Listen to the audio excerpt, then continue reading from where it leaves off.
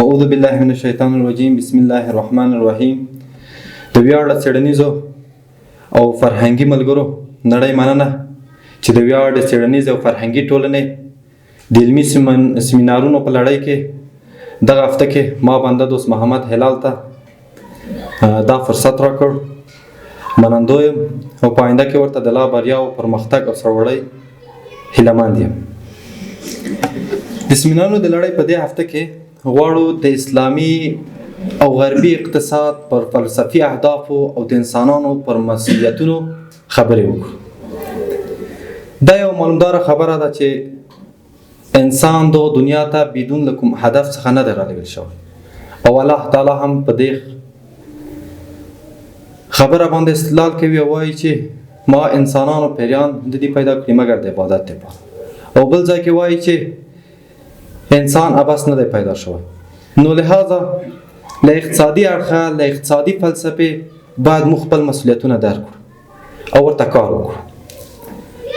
دا چې مسله ډېره لویه او کتابونه پرې لیکل کېدلی شي، نو غواړم په ډېر لنډه توګه د اسلامي اقتصاد او غربي اقتصاد پر تعریفونو باندې دغه موضوع واضح کړم.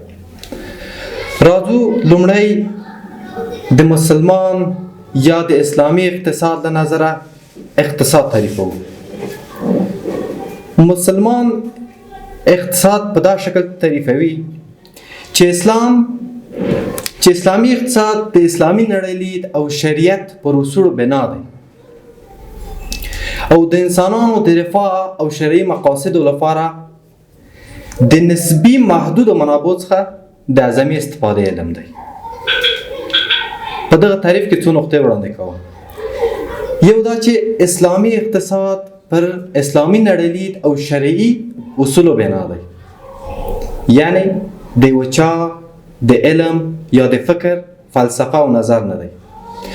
دوهم د انسانانو رفاه او شرعي مقاصد، تنها د انسان رفاه نه غواړي، شرعي مقاصد هم غواړي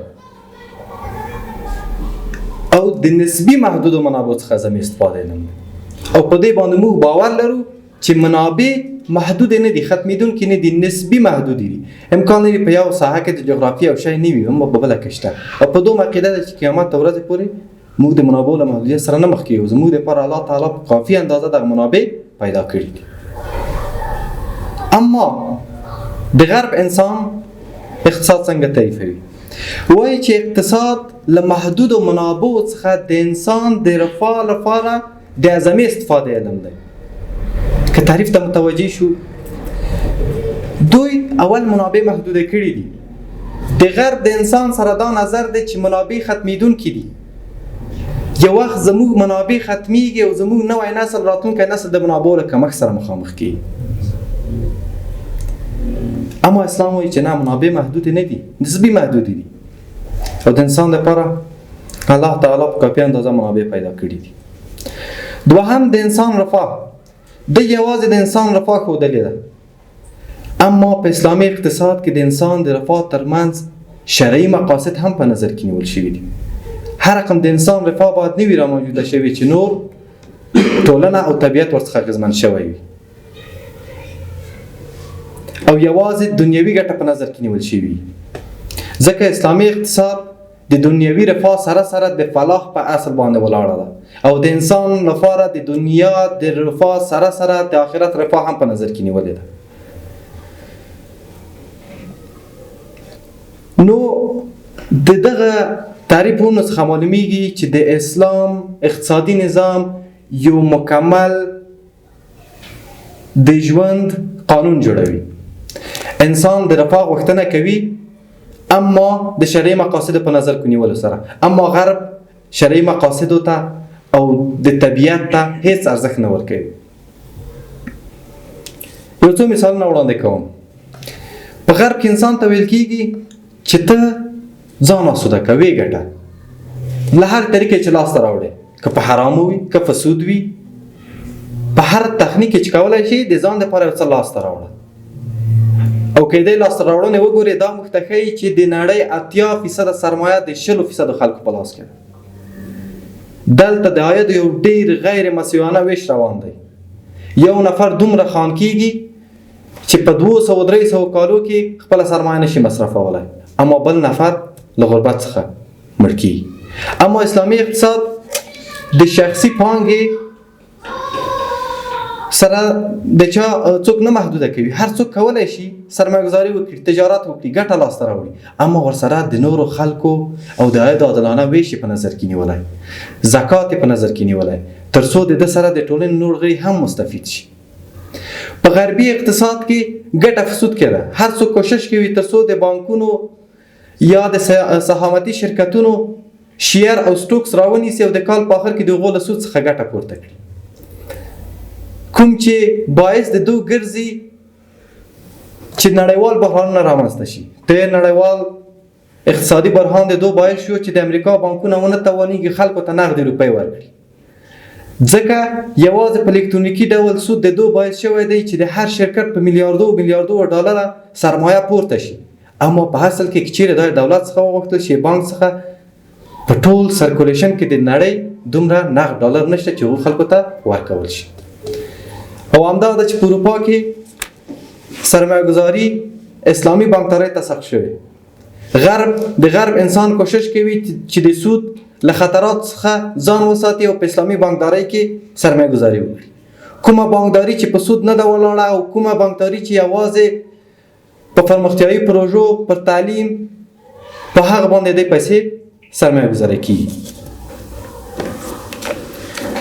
بل د غرب دا نظریه چې منابع محدود دي او دغه منابع زموږ د نوي نسل لپاره ختمېدونکي دي او دوی کوشش کوي چې خپل منابع وساتي. غرب کوشش کوي د منځنۍ اسیا څخه تیل واخلي، خپل تیل وساتي د آینده لپاره. ځکه د عقیده همدغه ده او د خپل دغه عقیدې لپاره د 15 میلادي پېړۍ څخه را په دې خوا دوی کار پیل کړی دی. مرکنټالیستانو او د هغوی لارویان هغه خلک وو چې پر دغه عقیده باندې ژوند کوو. دوی دا عقیده درلوده که چیرې موږ استعماري ولرو، مستعمري ولرو، نو موږ به وتوانېږو چې د هغې ځای له خلکو څخه له قاري قوې څخه استفاده وکړو، د هغې ځای څخه به سره زر او سپین زر خپل هېواد ته راوړو، د هغې ځای معدنونه به د خام موادو په توګه استفاده کړو، خپل هېواد کې به ورباندې فابریکې وچلوو، پاخه مواد به بېرته په دی باندې خرڅ کړو. دغه اصل د استعمار د هغه وخت څخه دوی فیل کړی دی او کوشش کوي چې نور ملکونه هم تر خپل قبضې لاندې ونیسي او د هغو له خامو موادو څخه استفاده وکړي او د خپلو تولیداتو دپاره پکې مارکیټ جوړ کړي. موږ ته معلومه شوه په خپل وطن کې چې د جنګونو سلسلې یوازې دلته د یو مارکیټ شکل درلودو او د خپلو تولیداتو استعمال، آزمایښت او یو بازار ورته پیدا کړی. نو د دومره محدودو منابعو نظریه د دوی باعث ګرځي چې پر نوره نړۍ باندې غلبه وکړي او د هغو له خامو موادو څخه استفاده وکړي تر څو په خپل وطن کې تولید کړي او بیرته یې پر دی باندې خرڅ کړي. نو د دوی څخه معلومیږي چې اسلامي اقتصاد د انسانانو د ژوند لپاره یو مکمل قانون جوړ کړی دی او غربي اقتصاد له ډېرو محدودیتونو سره مخامخ دی.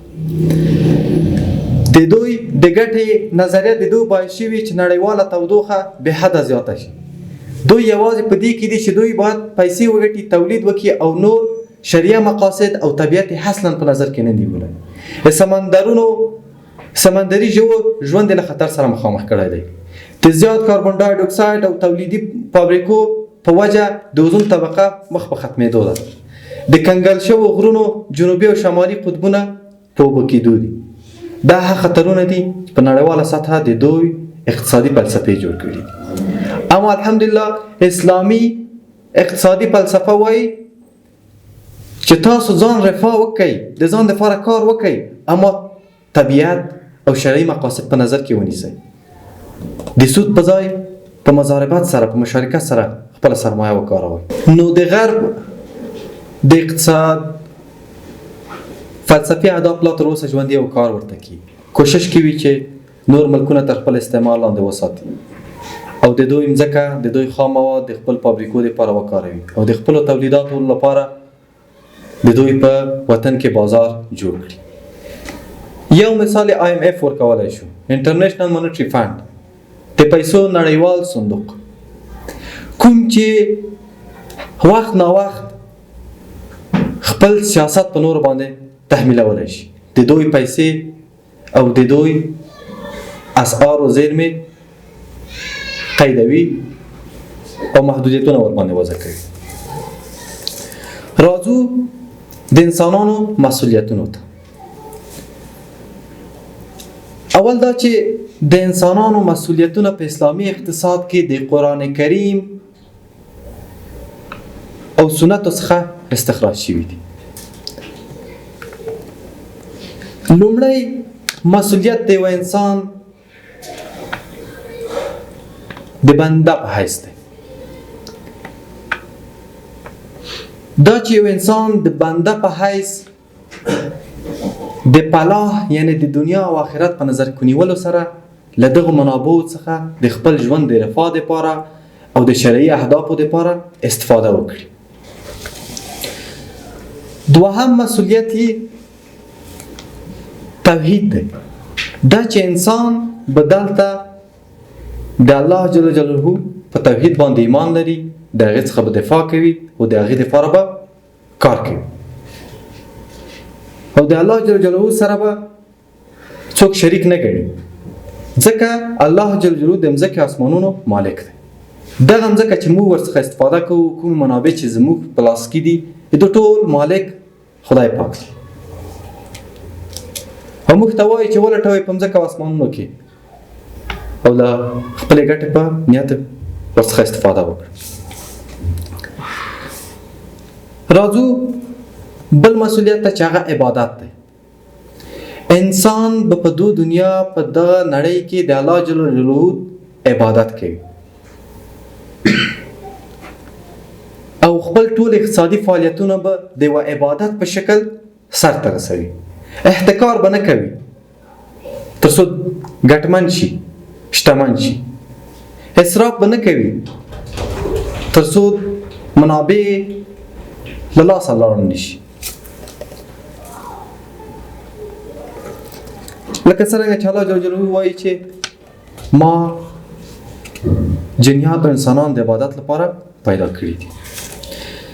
دریم مسؤلیت چې ډیر مهم دی، څلورم البته هغه خلافت دی. وَإِذْ قَالَ لِلْمَلَائِكَةِ إِنِّي جَاعِلٌ فِي الْأَرْضِ خَلِيفَةً. لکه خدای پاک چې وایي چې زه ما انسان په مځکه کې خلیفه ګرځولی دی.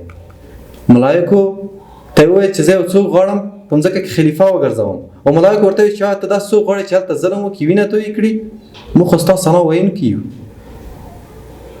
او الله جل جلاله ورته وفرمایل په هغه څه چې زه علم لرم تاسو علم نه لرئ. نو انسان باید خپل مقام درک کړي.